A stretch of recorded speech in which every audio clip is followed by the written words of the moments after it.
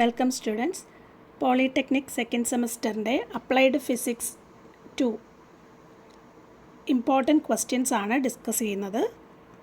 ഇപ്പോൾ കഴിഞ്ഞ ക്ലാസ്സിൽ നമ്മൾ പറഞ്ഞത് കോൺവെക്സ് ലെൻസിൻ്റെ ഇമേജ് ഫോർമേഷനാണ്. Image formation by convex lens.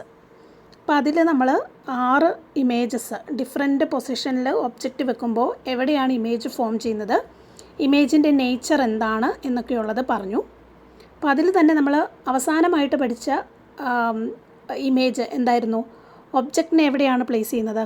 ഒബ്ജക്റ്റിനെ പ്ലേസ് ചെയ്യുന്നത് ഒപ്റ്റിക് സെൻറ്ററിനും ഫോക്കസിനും ഇടയിലായിട്ട് ഒബ്ജക്റ്റ് വെക്കുന്നൊരു കേസ് പറഞ്ഞിരുന്നു അല്ലേ? അപ്പോൾ അങ്ങനെ ഒബ്ജക്റ്റ് വെച്ച് കഴിഞ്ഞാൽ നമുക്ക് ലെൻസിൻ്റെ അതേ സൈഡിൽ തന്നെ വിർച്വലായിട്ടുള്ള അതുപോലെ ഇറക്റ്റായ ലാർജായിട്ടുള്ള ഒരു ഇമേജ് കിട്ടുമെന്ന് പറഞ്ഞിരുന്നു. അപ്പോൾ ഇതേ ഡയഗ്രാം തന്നെയാണ് സിമ്പിൾ മൈക്രോസ്കോപ്പിൻ്റെ ഡയഗ്രാം എന്ന് പറയുന്നത്. അപ്പോൾ സിമ്പിൾ മൈക്രോസ്കോപ്പ് എന്ന് പറഞ്ഞാൽ എന്താണ്? ഇറ്റ്സ് എ മാഗ്നിഫൈഡ് ഇമേജിനെ കാണാൻ വേണ്ടിയിട്ടാണ് നമ്മൾ യൂസ് ചെയ്യുന്നത് അല്ലേ?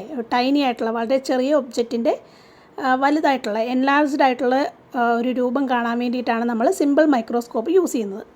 അപ്പോൾ ആദ്യത്തെ സെൻറ്റൻസിൽ തന്നെ നമുക്കിത് എഴുതാം. It is use to see the magnified image of an object. ഒരു ഒബ്ജക്റ്റിൻ്റെ മാഗ്നിഫൈഡ് ആയിട്ടുള്ള ഇമേജ് കാണാൻ വേണ്ടിയിട്ട് നമ്മൾ യൂസ് ചെയ്യുന്നു. പിന്നെ ഈ ഒരു സിമ്പിൾ മൈക്രോസ്കോപ്പിലാകെ ഒരു ലെൻസ് മാത്രമേ ഉള്ളൂ, ഒരു കോൺവെക്സ് ലെൻസ് ആണുള്ളത്. So it consist of A convex lens of short focal length. അപ്പോൾ ഈ ഒരു സെൻറ്റൻസ് നന്നായിട്ട് ഓർക്കുക. It consist of A convex lens of short focal length. അത് പ്രീവിയസ് ഇയറിൽ 1 മാർക്കിന് ചോദിച്ചിട്ടുള്ള ഒരു ക്വസ്റ്റ്യൻ ആണ്. സിമ്പിൾ മൈക്രോസ്കോപ്പിൽ യൂസ് ചെയ്യുന്ന ലെൻസിൻ്റെ പ്രത്യേകത എന്താണെന്ന് ചോദിച്ചിട്ടുണ്ട്. It's A convex lens of short focal length ആണ്. ഇനി ഇതിൻ്റെ പ്രിൻസിപ്പിൾ എന്താണ്? When A tiny object is placed between F and O. F എന്ന് പറഞ്ഞാൽ എന്താണ്? Principal focus.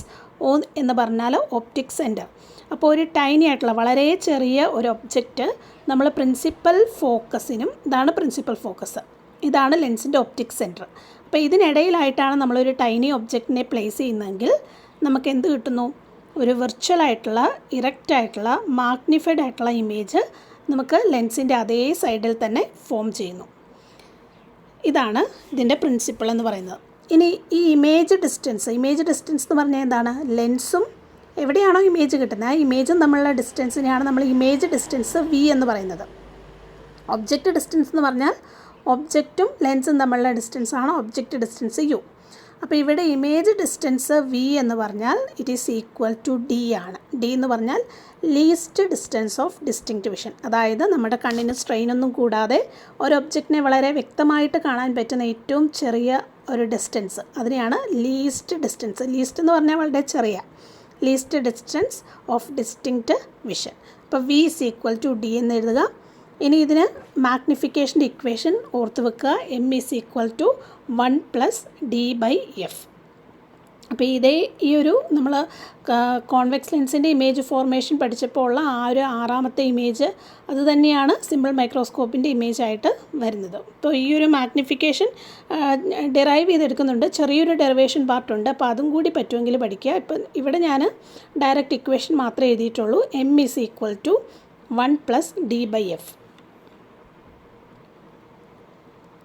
ഇനി അടുത്തത് 3ാമത്തെ യൂണിറ്റിലുള്ള മീറ്റർ ബിജ്.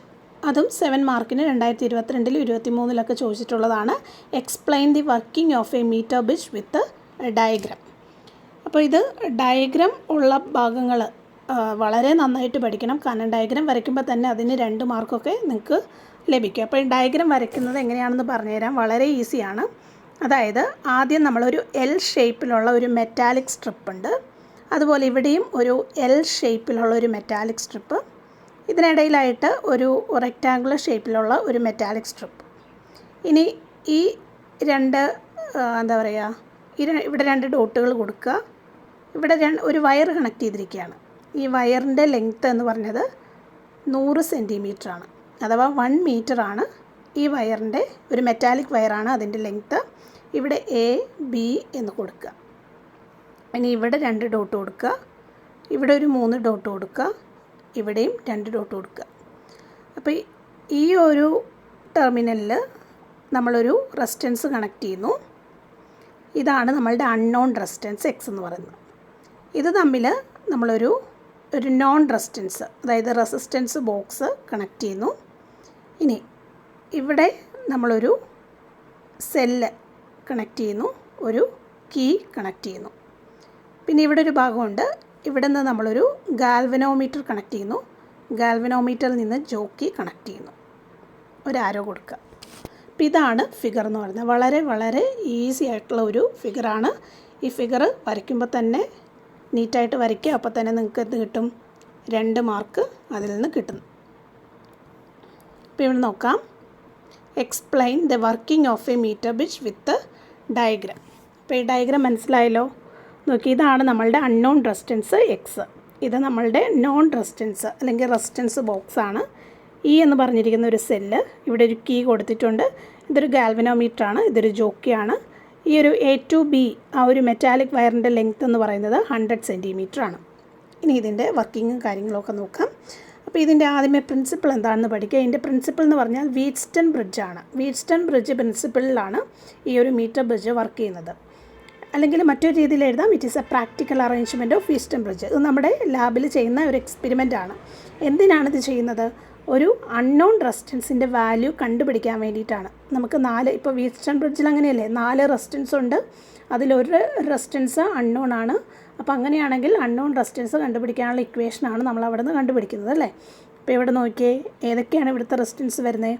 എക്സ് എന്ന് പറഞ്ഞൊരു റെസിസ്റ്റൻസ് ഉണ്ട്, ആർ എന്ന് പറഞ്ഞൊരു റെസിസ്റ്റൻസ് ഉണ്ട്, പിന്നെ ഇവിടെ ഒരു മെറ്റാലിക് വയർ ഉണ്ടല്ലോ, ആ മെറ്റാലിക് വയറിന് എന്താണ്? ഒരു റെസിസ്റ്റൻസ് ഉണ്ട്, അല്ലേ? അപ്പോൾ അവിടെ നമുക്ക് 4 റെസിസ്റ്റൻസ് കാണാനായിട്ട് പറ്റും. ഇപ്പോൾ ഈ ഒരു സെൻറ്റൻസ് നോക്കുക. It is the practical arrangement of Wheatstone bridge. ഇനി it is use to determine the unknown resistance. പിന്നെ ഓരോ കാര്യങ്ങളും എഴുതുക. എക്സ് ആണ് ഇവിടുത്തെ അൺനോൺ റെസിസ്റ്റൻസ്, ആർ ഇവിടുത്തെ നോൺ റെസിസ്റ്റൻസ് ആണ്, ജി എന്ന് പറഞ്ഞാൽ ഗാൽവനോമീറ്റർ ആണ്, പിന്നെ എ ടു ബി ഒരു മെറ്റാലിക് വയറുണ്ട്, അതിൻ്റെ ലെങ്ത് എന്ന് പറഞ്ഞാൽ 100 സെൻറ്റിമീറ്റർ ആണ്. പിന്നെ ഇവിടെ ഓർത്തിരിക്കേണ്ട ഒരു ഇക്വേഷനാണ്. ഇക്വേഷൻ ഓർത്തിരിക്കാൻ എളുപ്പമാണ്. എക്സ് ആദ്യം എഴുതുക, ഡിവൈഡഡ് ബൈ എന്ത് കൊടുക്കുക? 6 കൊടുക്കുക, വിച്ച് ഈസ് ഈക്വൽ ടു ഈ ലെങ്ത്ത് എൽ എന്ന് കൊടുക്കുക, ഡിവൈഡഡ് ബൈ 100 മൈനസ് എൽ എന്ന് കൊടുക്കുക. ഇതാണ് നമ്മളുടെ ഇക്വേഷൻ. അപ്പോൾ ഈ ലെങ്ത്ത് ഇപ്പോൾ ടോട്ടൽ എത്രയുണ്ട്? 100 സെൻറ്റിമീറ്റർ ഉണ്ട്. അപ്പോൾ ഇത്രയും ലെങ്ത്ത് എൽ ആണെങ്കിൽ ബാക്കി ലെങ്ത്ത് എന്തായിരിക്കും? 100 മൈനസ് എൽ ആയിരിക്കും. അപ്പോൾ ഇതിൻ്റെ അകത്തുനിന്ന് unknown resistance X equal to എന്ത് എഴുതാൻ പറ്റും? 6 into L divided by 100 minus L എന്ന് എഴുതാം. അപ്പോൾ നോക്കുക, ഇതിൻ്റെ പ്രൊസീജിയർ കൂടി ഇനി നോക്കാം. അപ്പോൾ ഫസ്റ്റ് ഓഫ് ഓൾ നമ്മൾ എന്ത് ചെയ്യണം? കീ ഈസ് ക്ലോസ്ഡ്, അല്ലേ? കീ ക്ലോസ് ചെയ്യുക. അതിനുശേഷം ഒരു സ്യൂട്ടബിൾ റെസിസ്റ്റൻസ്, റെസിസ്റ്റൻസ് ബോക്സ് ആയിരിക്കും, അവിടെ നിന്ന് നമ്മളൊരു സ്യൂട്ടബിൾ റെസിസ്റ്റൻസ് എടുക്കുക. അത് കഴിഞ്ഞിട്ട് ഞാനൊരു ജോക്കി കണക്ട് ചെയ്യുന്ന കാര്യം പറഞ്ഞല്ലോ, ആ ജോക്കിയെ നമ്മൾ എ എന്ന് പറയുന്ന പോയിന്റിൽ നിന്ന് ബി എന്ന് പറയുന്ന പോയിന്റിലേക്ക് നമ്മൾ മൂവ് ചെയ്യിക്കുക. ആ ഒരു മെറ്റാലിക് വയറിൽ കൂടി ജസ്റ്റ് ഒന്ന് സ്ലൈഡ് ചെയ്യിക്കുക. സ്ലൈഡ് ചെയ്ത് ഏതെങ്കിലും ഒരു പോയിന്റിൽ വരുമ്പോൾ, ഈ ഒരു പോയിൻ്റാണ് ഞാനിവിടെ ഉദ്ദേശിക്കുന്നത്, ഈ ഒരു പോയിന്റിൽ വരുമ്പോൾ ഗാൽവനോമീറ്ററിൽ 0 ഡിഫ്ലക്ഷൻ, അതായത് ഡിഫ്ലക്ഷൻ ഒന്നും കാണിക്കില്ല.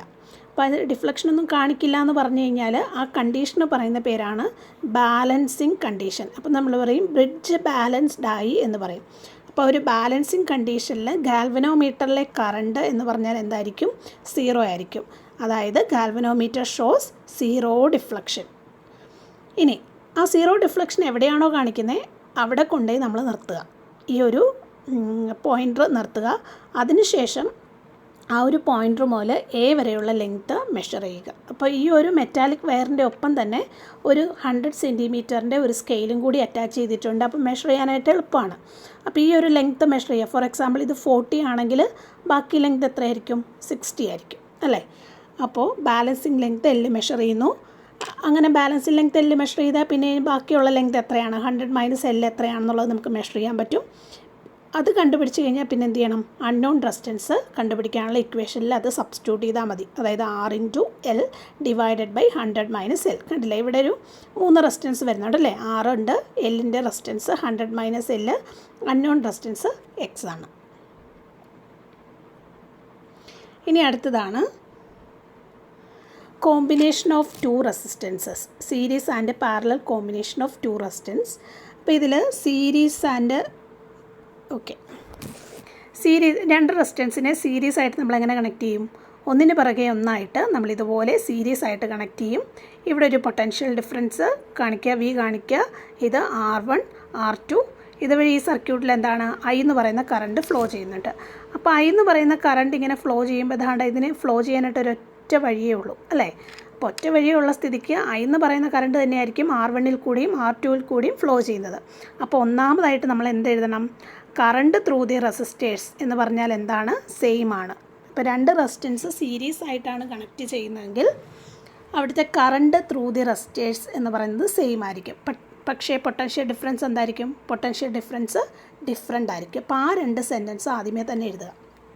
ഈ ഒരു ഡയഗ്രാം വരയ്ക്കുക. ഡയഗ്രാം വരച്ചിട്ട് എന്താണ് എഴുതേണ്ടത്? കറണ്ട് എന്ന് പറയുന്നത് സെയിം ആണ്, വോൾട്ടേജ് എന്ന് പറയുന്നത് ഡിഫറെൻ്റ് ആണ്. ഇനി ഡിഫറെൻ്റ് ആയിട്ടുള്ള ക്വാണ്ടിറ്റി എന്താണോ അതിനെ നമ്മൾ എടുക്കുക. അപ്പോൾ ഡയഗ്രാം ഞാൻ ഒന്നും കൂടി വരയ്ക്കുകയാണ്. ഇത് R1 R2, ഇത് I, V1 V2. Okay, different ആയിട്ടുള്ള ക്വാണ്ടിറ്റി എന്താണ്? വോൾട്ടേജ് ആണ് ഡിഫറെൻ്റ് ആയിട്ടുള്ള ക്വാണ്ടിറ്റി അല്ലേ. അപ്പോൾ V ഇസ് ഈക്വൽ ടു എന്ത് എഴുതാൻ പറ്റും? V1 പ്ലസ് V2 എന്ന് എഴുതാൻ പറ്റും. ഇനി V എന്ന് പറഞ്ഞാൽ വോൾട്ടേജ് ആണല്ലോ. അപ്പോൾ ഓംസ് ലോ അനുസരിച്ച് വോൾട്ടേജിൻ്റെ ഇക്വേഷൻ എന്താണ്? V is equal to I into R ആണ്. സോ Vക്ക് പകരം എന്ത് സബ്സ്റ്റിറ്റ്യൂട്ട് ചെയ്യുക? I ഇൻറ്റു R സബ്സ്റ്റിറ്റ്യൂട്ട് ചെയ്യുക. V1 എന്ന് പറഞ്ഞാൽ എന്താണ്? Voltage across the resistance R1 across ആയിട്ടുള്ള വോൾട്ടേജ് ആണ് V1. അപ്പോൾ അവിടുത്തെ കറണ്ട് എത്രയാണ്? കറണ്ട് സെയിം ആണ്, I തന്നെയാണ് അല്ലേ. പക്ഷേ അവിടുത്തെ റെസിസ്റ്റൻസ് എത്രയാണ്? R1 ആണ്. സോ V1-ന് പകരം നമുക്ക് I ഇൻറ്റു R1 എന്ന് കൊടുക്കുക. അതുപോലെ V2-ന് പകരം എന്ത് കൊടുക്കാം? I ഇൻറ്റു R2 എന്നും കൊടുക്കാം. ഇനി I into R which is equal to, ഇവിടെ രണ്ടിടത്തും I ഉണ്ട്, അപ്പോൾ നമുക്ക് I കോമൺ ആയിട്ട് എടുക്കാം. I into R1 plus R2 അല്ലേ. ഈ കറണ്ടും സെയിം ആണ്. അങ്ങനെയാണെങ്കിൽ R ഇസ് ഈക്വൽ ടു എന്ത് വരും? Effective resistance R is equal to R1 plus R2 എന്ന് വരും. ഇപ്പോൾ സീരീസ് ആയിട്ടാണ് രണ്ട് റെസിസ്റ്റൻസിനെ കണക്ട് ചെയ്യുന്നതെങ്കിൽ അവയുടെ effective resistance R is equal to അല്ലെങ്കിൽ RS is equal to R1 plus R2 എന്ന് എഴുതാനായിട്ട് പറ്റും. ഇപ്പോൾ സീരീസ് ആയിട്ടാണ് രണ്ട് റെസിസ്റ്റൻസ് കണക്ട് ചെയ്യുന്നതെങ്കിൽ കറണ്ട് സെയിം ആയിരിക്കും, വോൾട്ടേജ് ഡിഫറെൻ്റ് ആയിരിക്കും. ഇനി അടുത്തത് രണ്ട് റെസിസ്റ്റൻസിനെ നമ്മൾ പാരലായിട്ട് കണക്ട് ചെയ്യുന്നു എന്ന് വിചാരിക്കുക. അപ്പോൾ രണ്ട് റെസിസ്റ്റൻസിനെ പാരലായിട്ട് കണക്ട് ചെയ്തു. ഇത് വോൾട്ടേജ്, ഇത് R1 R2, ഇതാണ് കറണ്ട്. ഈ കറണ്ട് ദാണ്ട ഈ ഒരു ജംഗ്ഷനിലെത്തി കഴിയുമ്പോൾ എന്ത് ചെയ്യുന്നു? രണ്ട് വഴികളുണ്ടല്ലേ കറണ്ടിന് പോകാൻ. അപ്പോൾ കുറച്ച് കറണ്ട് ദാണ്ട ഇതുവഴി പോവും, കുറച്ച് കറണ്ട് ഇതുവഴിയും പോവും. അപ്പോൾ തന്നെ നമുക്ക് പറയാൻ പറ്റും പാരലായിട്ടാണ് രണ്ട് റെസിസ്റ്റൻസ് കണക്ട് ചെയ്യുന്നതെങ്കിൽ കറണ്ട് എന്തായിരിക്കും? ഡിഫറെൻ്റ് ആയിരിക്കും.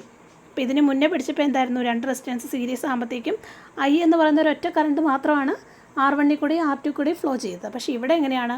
I1 എന്ന് പറയുന്ന കറണ്ട് R1-ൽ കൂടിയും I2 എന്ന് പറയുന്ന കറണ്ട് R2-ൽ കൂടിയാണ് ഫ്ലോ ചെയ്തത്. അതുകൊണ്ട് എന്താണ്? കറണ്ട് ഡിഫറെൻ്റ് ആയിരിക്കും.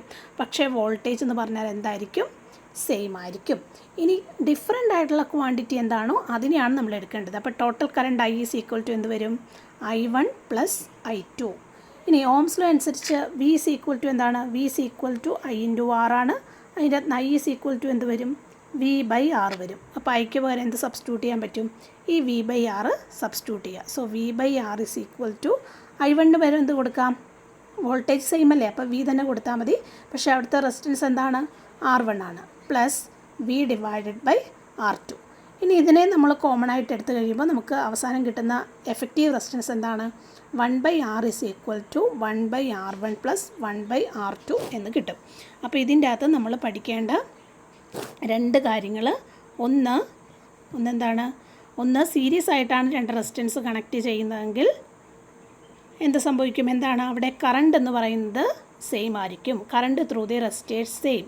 പക്ഷേ വോൾട്ടേജ് എങ്ങനെയാണ്? Voltage across the resistors are different.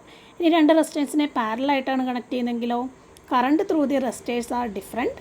ഇനി voltage across the resistors are same ആയിരിക്കും അല്ലേ. അപ്പോൾ ഡിഫറെൻ്റ് ആയിട്ടുള്ള ക്വാണ്ടിറ്റി എന്താണോ അതിനെടുക്കുക. ഇവിടെ എന്താണ് ഡിഫറെൻ്റ് ആയിട്ട് വരുന്നത്? വോൾട്ടേജ് അല്ലേ. അപ്പോൾ total voltage is equal to V1 plus V2. എന്നിട്ട് നമ്മൾ ഓംസ് ലോ അപ്ലൈ ചെയ്യുക. V ഈസ് ഈക്വൽ ടു എന്താണ്? I ഇൻറ്റു R അല്ലേ. ഇനി ഇവിടെ നേരെ ഈ ഒരു ഇക്വേഷനിൽ സബ്സ്റ്റിറ്റ്യൂട്ട് ചെയ്യുമ്പോൾ നമുക്ക് എഫക്റ്റീവ് റെസിസ്റ്റൻസ് എന്ത് കിട്ടും? R is equal to R1 plus R2 എന്ന് കിട്ടും. അതുപോലെ തന്നെ ഇവിടെ വരുമ്പോൾ എന്താണ്? കറണ്ട് എന്ന് പറയുന്നത് ഡിഫറെൻ്റ് ആണ് അല്ലേ. അപ്പോൾ total current I is equal to I1 plus I2 എന്ന് എഴുതുക. ഇവിടെയും നമ്മൾ ഓംസ് ലോ അപ്ലൈ ചെയ്യുക. I ഈസ് ഈക്വൽ ടു എന്താണ്? V by R. So V by R is equal to V by R1 plus V by R2. പിന്നെ നമ്മൾ substitute ഇത് common ആയിട്ടുള്ള എന്താണ്? വോൾട്ടേജ് ആണല്ലേ. അതിനെ നമ്മൾ ബ്രാക്കറ്റിൻ്റെ പുറത്തെടുത്തു. ബാക്കി എന്ത് വരും? 1/R1 + 1/R2. So the effective resistance in parallel കണക്ഷനിൽ എഫക്റ്റീവ് റെസിസ്റ്റൻസ് എന്ത് വരും? 1/R = 1/R1 + 1/R2.